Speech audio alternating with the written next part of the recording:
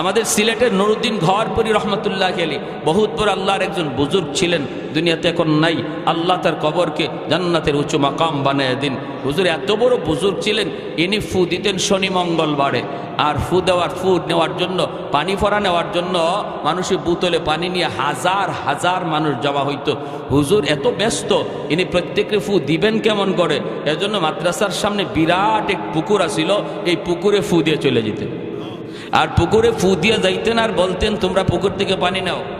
সবাই পুকুর থেকে পানি উঠাই নিত, কামও হয়ে যেত। তাহলে আল্লাহর কালামের আসর আসেনি না নাই? এক লোক লন্ডন থেকে আসছে, হুজুরে খুব বেশি ভক্ত। আইসা বলে, হুজুর আমি খুব কষ্ট করে আইলাম, হুজুর আমার পানি দেওয়া লাগবো খাসভাবে। হুজুরকে খাসভাবে মানে কয়, হুজুর আমি এই পুকুরের পানি নিতাম না। হুজুর কেন নিবা না? কয় আমার কি নয়, কিন্তু ইতমিনানে বলবে না, অন্তরে প্রশান্তি জাগে না। এই আপনি পুকুরের এই কোনার মধ্যে ফু দিছেন, এই ফু ওই কোনায় যায় কেমনে?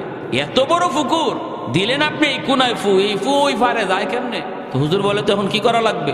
কয়, হুজুর আমার এই যে জগ আছে, কাচের জগ, এই জগের মধ্যে আপনি একটা আলাদাভাবে আমার ফু দিয়ে দেন। হুজুর বলতেছে, তো ঠিক আছে, তোমার ইয়াকিন হবে, এখন জগটা ভালো করে ধরো, জগটা ভালো করে ধরো। হুজুর ধরছি তো। হুজুর ওইছে না, আরো ভালো করে ধরো, দুই হাতে ধরো। আমাদের উস্তাদগণ পাশে ছিলেন, যারা দেখছেন তারা বলছেন। তো আল্লাহর ওলি আইসা ফু দিছেন, ফু দেখছেন, ধরছ? বলে জি ধরছি। হুজুর কথা ফু দেই, যেই মাত্র খালি ফুটা দিছেন, দেওয়ার সাথে সাথে এই কাচের জগ টাস টাস করে ভেঙ্গে চৌচির পানি মাটিতে পড়ে গেছে। আল্লাহর কালামের আসন নাই। ফখরে বাঙ্গাল রহমতুল্লাহ আলাইহি নাস্তিক পায়া গেছে, কয় মিয়া হুজুর রেলগাড়িতে মানুষ, সাধারণ মানুষ আর কত ধোঁকা দিবেন? হুজুর বলে, কি ধোঁকা দিলাম? কই যে মানুষ আয়, হুজুর একটা ফু দেন, ফু দেন।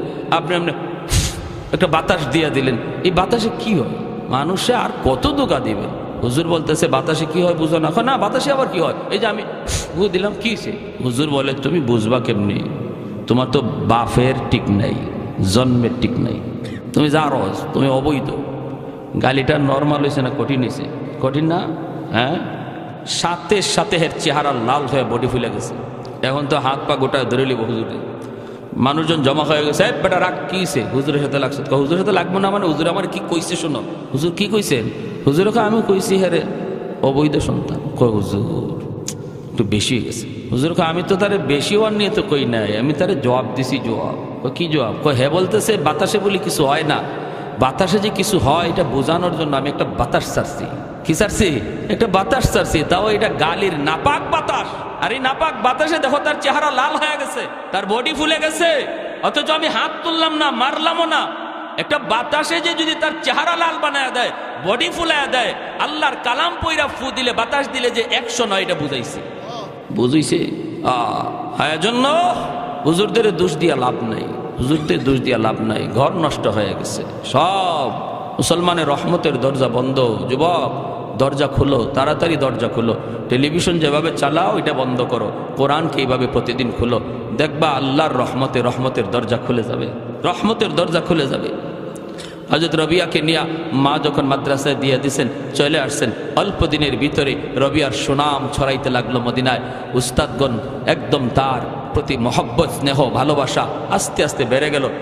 বছর যেতে যেতে যেতে যেতে চলে গেল 16টা বৎসর। এই 16 বৎসরে রবিয়া মদিনার মাদ্রাসার লেখাপড়া শেষ কইরা এই মাদ্রাসার হেড মুহাদ্দিস হয়ে গেলেন। শুধু হেড মুহাদ্দিস নয়, মদিনার মানুষ সম্মান কইরা মদিনার মসজিদের ইমাম বানায়, মসজিদে নববীর ইমাম হযরত রবিয়া। আর এদিকে 16 বৎসরে হযরত আব্দুর রহমান রাদিয়াল্লাহু তাআলা আনহু, ইনি তো দাওয়াতের কাজে আছেন, ইনি তো জানেন না ছেলে হইছে না মেয়ে হইছে। আর রবিয়াও জানেন না বাবা জীবিত আছে না মারা গেছে। বাবা জানে না ছেলের খবর, ছেলে জানে না বাবার খবর। চলে গেল 16 বৎসর পর হযরত আব্দুর রহমান রাদিয়াল্লাহু তাআলা আনহু তিনি বাড়িতে ফিরলেন।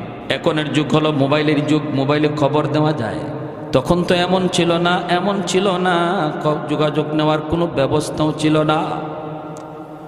নবীর সাহাবায়ে কেরাম রাদিয়াল্লাহু তাআলা আনহুম এইভাবেই তো দাওয়াতের কাজ করেছেন। 1.25 লক্ষ সাহাবায়ে কেরামের ভিতরে মাত্র 10,000 সাহাবায়ে কেরামের কবর মক্কা মদিনায় পাওয়া যায়, বাকিদের কবর মক্কা মদিনায় নাই। পৃথিবীর বিভিন্ন প্রান্তে তাদের কবর পড়ে আছে। দাওয়াতের কাজে বের হয়েছেন, আর বিবি বাচ্চার কাছে ফিরেন না। হযরত আব্দুর রহমান রাদিয়াল্লাহু তাআলা আনহু তিনি বাড়িতে ফিরলেন। হযরত রবিয়া মায়ের কাছে দাঁড়ানো, তিনি চলবেন, মাদ্রাসায় যাবেন, ক্লাসের টাইম হয়ে যাচ্ছে। সকালবেলা মার কাছ থেকে বিদায় নিয়ে তিনি যাবেন, দাঁড়ায় আছেন, মা বিদায় দিবেন। এমন মুহূর্তে একজন বৃদ্ধ মানুষ, কথা নাই, বার্তা নাই, অনুমতি নাই, সালাম নাই, কালাম নাই, হুট করে তিনি আন্দরের ভিতরে ঢুকে গেলেন। রবিয়া যেই মাত্র এই মানুষটারে দেখলেন অবাক হয়ে গেলেন। আমার বাড়িতে আজ পর্যন্ত কেউ এইভাবে ঢুকলো না, এই মানুষটাকে এইভাবে ঢুকে গেল, অনুমতি নাই, সালামও নাই, কালামও নাই, ঢুকে পড়ল। রবিয়া বাধা দিতে লাগলেন, কে গো তুমি, কে, একটু দাঁড়াও, দাঁড়াও, সামনের দিকে আগেও না, কি তোমার পরিচয়, একটু দাঁড়াও, দাঁড়াও, দাঁড়াও। রবিয়া যত বলেন দাঁড়াও, বৃদ্ধ মানুষটা আর থামে না, সে শুধু আগায়। কারণ উনি কেন থামবে, উনি তো ওনার নিজের বাড়িতে ঢুকতেছে, ঠিক না? উনি তো ওনার নিজের বাড়িতে ঢুকে বাধা দিবে কে, বাধা দিবে কে, এই মনে করি ইনি ঢুকতেছেন। রবিয়া তো বাবা চেনেন না, ছেলেকে তো সব বাবাই চেনে না, এজন্য ছেলের কথা বাবা শুনে না, বাবার কথা ছেলে শুনে না। ছেলে বাধা দেয়, বাবার সামনের দিকে আগায়। এই অবস্থায় রবিয়ার আম্মা তিনি তো চিনে ফেলেছেন, কিন্তু মা তো চাইলে এখানেই তিনি শেষ দিতে পারতেন। মা ইচ্ছা করে তিনি এখানে শেষ দিলেন না। মাও চাইতেছেন দেখি কই পর্যন্ত গড়ায়, মাও চাইতেছেন দেখি কই পর্যন্ত গড়ায়। বাবা ঢুকতেছে, ছেলে বাধা দেয়, কিন্তু না না, কেউ কারো কথা শোনে না। মা পরিচয় দিলেই হইতো, বাবা ইনি তোমার আব্বা, কিন্তু মা বলতেছে বাবা রবিয়া। ইনি বৃদ্ধ মানুষ, ঢুকেই যখন পড়েছে, বাধা দিও না, তোমার ক্লাসের টাইম হয়ে গেছে, তুমি পড়াইতে চলে যাও। মাঝখানে এক সিদ্ধান্ত, কোন পরিচয় নেই, বার্তা নেই। রবিয়া অবাক হয়ে গেলেন, হায় হায়, আমার মা এটা কয় কি? জীবনে কোনোদিন আমার আম্মাকে বেগানা পুরুষের সামনে দেখি নাই। আজ আমার মা আমাকে সাপোর্ট দেওয়ার কথা, মার বলা প্রয়োজন ছিল, বাবা তাড়াতাড়ি বুড়া বেটারে আটকাও, তাড়াতাড়ি লোকটারে থামাও, থামাও। মা এমনটা বলার কথা ছিল না, না। মা আরো বলতেছে, বাবা বৃদ্ধ মানুষ ঢুকেই পড়েছে, যখন বাধা দিও না, তোমার ক্লাসের টাইম হয়ে গেছে, ছাত্ররা অপেক্ষায়, তুমি চলে যাও, তুমি চলে যাও, ক্লাসে চলে যাও। যেই মাত্র মা নির্দেশ দিছে, বাবা তুমি চলে যাও, তিনি তো মা ভক্ত সন্তান, মার সাথে জীবনে কোনোদিন তর্ক করেন না। মার সিদ্ধান্তের উপরে সন্তান কোনোদিন নিজের সিদ্ধান্তকে বড় মনে করে না। যেই সন্তান বাপ মার কথাকেই সবচেয়ে বড় মনে করে, নিজের মতকে বড় মনে করে না, এই সন্তানের লেখাপড়া সহ গোটা জিন্দিগিতে বরকত বাড়ায় দেয় কে? আর একটু জোরে বলেন কে? বাপ মার কদর, বাপ মার কদর, বাপ মার সেবা যেই সন্তান করে, 1 নম্বর পুরস্কার আল্লাহ দুনিয়াতে তার হায়াতে বরকত বাড়ায় দেয়। বিপদ, নিশ্চিত বিপদ থেকে আল্লাহ তারে উদ্ধার করে যদি বাপ মার দোয়া থাকে। লেখাপড়ার ভিতরে আল্লাহ বরকত বাড়ায় দেয়, রুজির ভিতরে আল্লাহ বরকত বাড়ায় দেয়। যদি বাপমার দোয়া তোমার পিছনে থাকে, বাপমা কোনো পাওয়ার হাউস, এই পাওয়ার হাউস থেকে জীবনের লাইন তুমি ওকে করের যুবক, তোমার জীবনের লাইট তুমি লাগাইছো, তোমার জীবনের তুমি বাল্ব লাগাইছো, ফ্যান লাগাইছো। এই বাল্ব যদি জ্বালাইতে হয়, এই ফ্যান যদি ঘোরাইতে হয়, পাওয়ার হাউস থেকে কারেন্টের লাইনকে তোমার ওকে করা লাগবে। যদি তুমি ওকে করো, তাহলে লাইট জ্বলবে, ফ্যান ঘুরবে। ঠিক তেমনিভাবে আমার আপনার জীবনও আমরা লাইট লাগাইছি, ফ্যান লাগাইছি। লাইট জ্বালাইতে হলে, ফ্যান ঘোরাইতে হলে বাপ মা হলো জীবনের পাওয়ার হাউস। ওই পাওয়ার হাউস থেকে লাইন ওকে রাখ, তোমার জিন্দেগির লাইট আল্লাহ জ্বালায় দিবে। আমার ভাইয়েরা বন্ধুরা, জন্য মনোযোগ দিয়ে শুনো। রবিয়া মা ভক্ত সন্তান, দেরি নাই তিনি চলে গেলেন মসজিদে নববীর দিকে। মনের ভিতরে, ব্রেইনের ভিতরে, জেহেনের ভিতরে বিরাট টেনশন, প্রশ্ন শুধু ঘুরপাক খায়, বৃদ্ধ লোকটাকে কি তার পরিচয়? বাবা তো হতে পারে না, যদি হয় তাহলে মা তো বাবার পরিচয় দিত। আর আম্মা কেমন করে অচেনা? অজানা বেগানা পুরুষের সামনে আম্মা গেল। আমার মাকে তো জীবনে কোনো দিন আমি পর্দা লঙ্ঘন করতে দেখি নাই। হায় হায়, তাহলে সে কি তার পরিচয়, কেন এই ঘটনা ঘটল, এটা কি ঘটল? এই চিন্তা মাথায় নিয়ে রবিয়া তিনি মদিনার মসজিদে চলে গেলেন। ক্লাসের টাইম হয়ে গেল, তিনি পড়াইতে শুরু করলেন। পড়াইতেছেন কোথায়? মসজিদে নববীর ভিতরে। কোন জায়গায়? রিয়াজুল জান্নার পাশে, রওজাতুম মিন রিয়াজিল জান্নাহ। আমার নবীর রওজার কাছে বৈশা এই জায়গায় বসে বসে রবিয়া তিনি হাদিস পড়ান, যেখানে বসে কুতবুল আলম শাইখুল ইসলাম হুসাইন আহমদ মাদানী রহমতুল্লাহি আলাইহি তিনিও 18টা বৎসর হাদিস পড়াইছেন মায়ার নবীরে শুনাইয়া। রবিয়া ওখানে হাদিস পড়ে আমার নবীরে শুনাইয়া। নবীজি রওজার ধারে জিন্দা, নবী মুর্দা না, নবী জিন্দা। হায়াতুন নবীর মাসালা আসলো, কুতবুল আলম কয় নবী জিন্দা। ছাত্ররা কয় হুজুর বুঝলাম আল্লাহ নবী রওজার ধারে জিন্দা, কিন্তু বুঝে আসে না। কুতবুল আলম কই বুঝে আসে না, তাহলে রওজার দিকে তাকাও। ছাত্ররা যেই মাত্র রওজার দিকে তাকাইলো, আল্লাহ পাক কুদরতি পর্দা আল্লাহ সরায় দিল। ছাত্ররা নিজের চোখে দেখলো মায়ার নবী রওজায় জিন্দা শুয়ে আছে। এই দিকে হযরত আব্দুর রহমান রাদিয়াল্লাহু তাআলা আনহু তিনি ভিতরে ঢুইকা বিবির প্রথম প্রশ্ন, এই জোয়ান ছেলেকে আমারে বাধা দেওয়ার সাহস আসলো কোত্থেকে? কে সে? মা তখন বলতেছে, স্বামী গো, জবাব দিব পরে, আগে আমার কথার জবাব দেন। আপনি 3টা সুন্নত কেন লঙ্ঘন করলেন?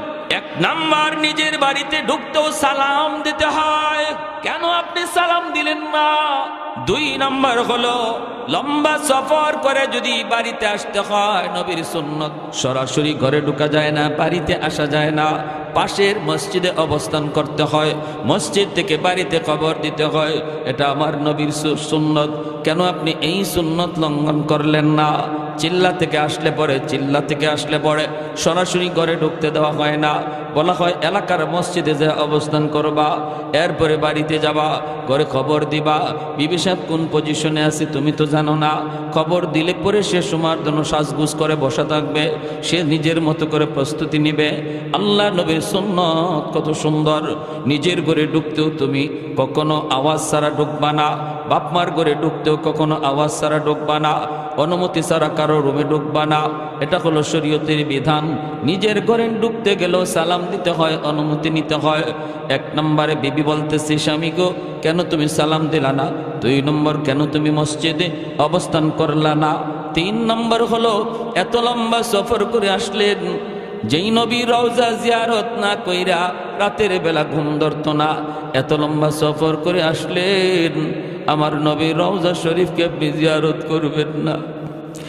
যান আগে 3টা সুন্নত আদায় করে আসেন। এই বলা মাত্রই হযরত আব্দুর রহমান রাদিয়াল্লাহু তাআলা আনহু চলে আসলেন, সোজা কথা নাই, মসজিদে নববীর ভিতরে ঢুকলেন, নামাজ আদায় করলেন, নবী রওজার কাছে যায় নবীকে সালাম জানালেন। চোখের পানি দরদর করে পড়ে। 16 বৎসর পরে রবি তিনি এসেছেন। আল্লাহর নবী রওজার পাশে দাঁড়ায় চোখের পানি জড়ায় কান্দেন। হঠাৎ করে নজরটা পড়লো, তাকে দেখেন ওই যুবক, যেই যুবক কিছুক্ষণ আগে তার বিবির কাছে দাঁড়ানো ছিল, এই যুবক হাদিসের মসনদে বসে হাদিস পড়াইতেছে। চেহারাটা পূর্ণিমার চাঁদের চেয়ে সুন্দর, অসংখ্য অগণিত ছাত্র হাদিস পড়তেছে। এই দৃশ্যটা দেখা মাত্রই হযরত আব্দুর রহমান রাদিয়াল্লাহু তাআলা আনহু চোখ দিয়ে দরদর করে পানি ঝরতে লাগলো, ফুফায়া ফুফায়া কাঁদতে লাগলেন আর আল্লাহর কাছে কান্দন, মালিক তুমি যদি আমাকে এমন একটা সন্তান তুমি আমাকে দিতা, আল্লাহ এমন একটা সন্তান যদি তুমি আমাকে দিতা, আমি বাবা হওয়া ধন্য হয়ে যেত। এই মনে করে তিনি কাঁদতেছেন। রবিয়া নিজেও দেখেন, ছাত্ররাও দেখি, সবাই তো তাকায় রয়েছে, এই বৃদ্ধ মানুষটা এইভাবে কেন কান্দে? রবিয়া তিনি দেখেন ওই মানুষটাই। তারপরে তিনি ছাত্রদেরকে বলেন, বাবারা পড়ার দিকে মনোযোগ হও, অন্যদিকে তাকাও না। এরপরে তিনি পড়াইতে লাগলেন। আব্দুর রহমান রাদিয়াল্লাহু তাআলা আনহু তিনি চলে গেলেন বাড়িতে, সালাম দিয়া ঘরে ঢুকলেন, 3টা সুন্নত আদায় হলো। চোখের পানি এখনো তার পড়তেছে।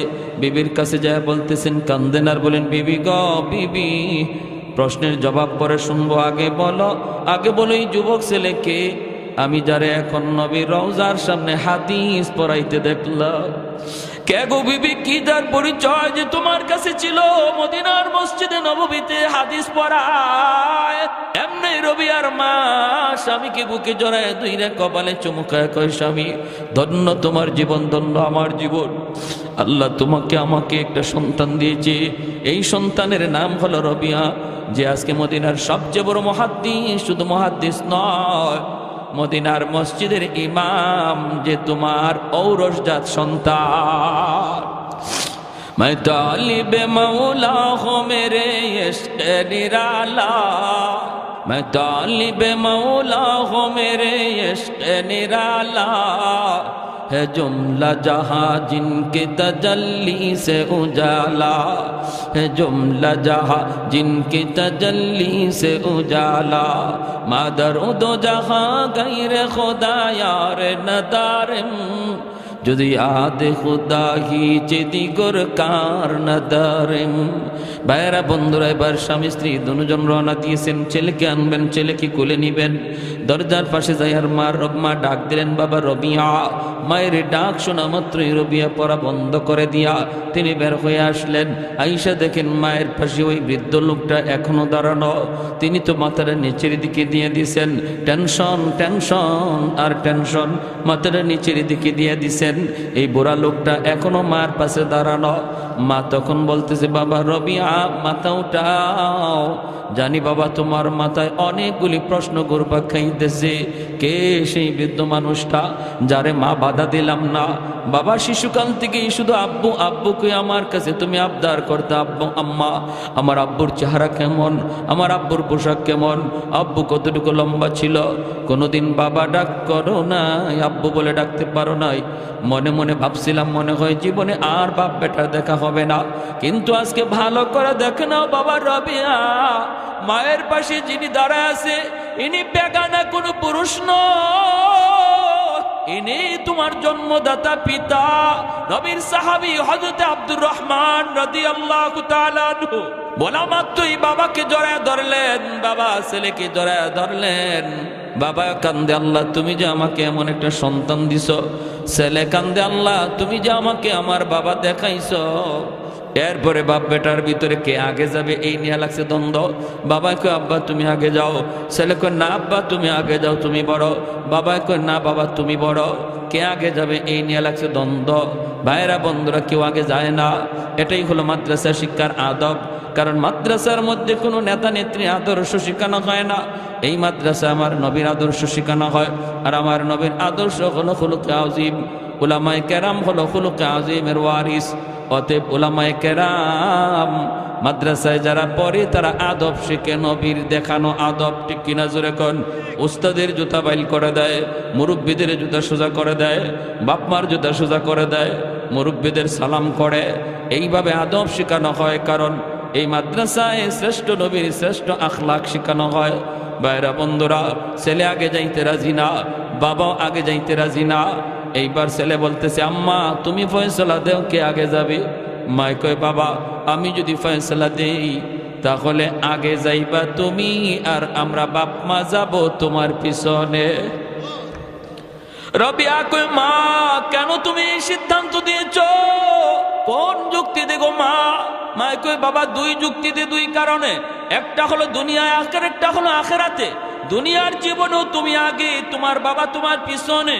কেমন করে? কই তুমি মদিনার মসজিদের ইমাম। ছেলে যদি ইমাম হয়, বাবা মুক্তাদি হয়, ছেলের পিছনে দাঁড়ায়। ঠিক কিনা? দুনিয়াতেও আল্লাহ তোমারে আগে বাড়ায় দিছে, বাবা তোমার পিছনে। আখিরাতের ময়দানে নবীর নায়েব বানায় আল্লাহ কইব, যাও জান্নাতের দিকে যাও। ইয়া মাশারাল উলামা তামাইয়াজু বাইনাহুম ইন্নী লাম আযা ফীকুম ইলমি লিউযিবাকুম। সমস্ত উলামায়ে কেরামদেরকে আল্লাহ হাসরের ময়দানে বলবো, উলামায়ে কেরাম যাদের সিনে আমি আল্লাহ আমার কালামকে আমানত রেখেছি, তোমরা সাধারণ হাসরবাসীদের থেকে আলাদা হয়ে যাও। আমি তোমাদের সিনায় কোরআন দিছি জাহান্নামের আগুনে জ্বালানোর জন্য নয়। কেন তুমি এই অন্যায়টা করছো? উলামায়ে কেরাম পর্দার ভিতরে আল্লাহর কাছে মাপ চেয়ে নিব। আল্লাহ পর্দার ভিতরে মাফ করে দিব, আর বলবো ওয়ালা উবালি ওয়ালা উবালি, আমি কারো কোনো পরোয়া করলাম না। আমার কোরআনের ইজ্জতের খাতিরে মাফ করলাম। হাসরবাসী মানুষ উলামায়ে কেরামের বিচার দেখবেও না, শুনবেও না, পর্দার ভিতরে আল্লাহ বিচার কইরা মাফও কইরা দিব। এজন্য মায় কইতেছে, বাবা আখিরাতেও তুমি আগে, তোমার পিছনে আমরা, অতএব আজও তুমি আগে যাও, আমরা তোমার পিছনে। জোরে বলি আল্লাহু আকবার। এজন্য বলি বাবা, ধন্য ওই বাপমার জীবন, ধন্য ওই দাদা দাদির জীবন, যার আওলাদ কোরআনের হাফেজ হয়েছে, আলেম হয়েছে, মুফতি মুহাদ্দিস হয়েছে। দুনিয়া কয়দিনের হঠাৎ করে একদিন চলে যাওয়া লাগবে, কিন্তু সন্তানদের যদি হাফেজ বানায় যায়, আলেম বানায় যায়, তাহলে আমার সন্তান আমার জন্য সম্পদ হয়ে থাকবে। জানাজা পড়াবে ইমাম, জানাজা পড়ালে চোখের পানি ঝরবে না, কিন্তু দাদার জানাজা যদি নাতি পড়ায়, নাতির চোখ দিয়ে দর দর করে পানি পড়ে। বাবার জানাজা যদি সন্তান পড়ায়, চোখের পানিতে ভেসে যায়। কার কার নিয়ত আছে একটু হাত উঠে আল্লাহরে দেখান। আওলাদকে আমরা মাদ্রাসায় ভর্তি করাবো, নিজের আত্মীয়র ভিতর থেকেও আমরা চেষ্টা করে করে মাদ্রাসায় আনবো। আর যদি না থাকে দেওয়ার মতো, মাদ্রাসার একজন এতিম গরিব ছেলেকে হাফেজ বানানোর যত দায়িত্ব লাগে, যত টাকা লাগে, একজন করে নিয়ে নিব। আমি একটা ছেলেরে হাফেজ বানাইতে যা খরচ লাগে আমি বহন করব। হাসরের মাঠে আল্লাহর সামনে এই হাফেজ সামনে লই আপনি দাঁড়াইবেন, পারবো না ইনশাল্লাহ? আল্লাহ আমাদের সবাইকে অল্প কথাগুলো আমল করার তৌফিক দান করুন। সবাই বলি আমিন।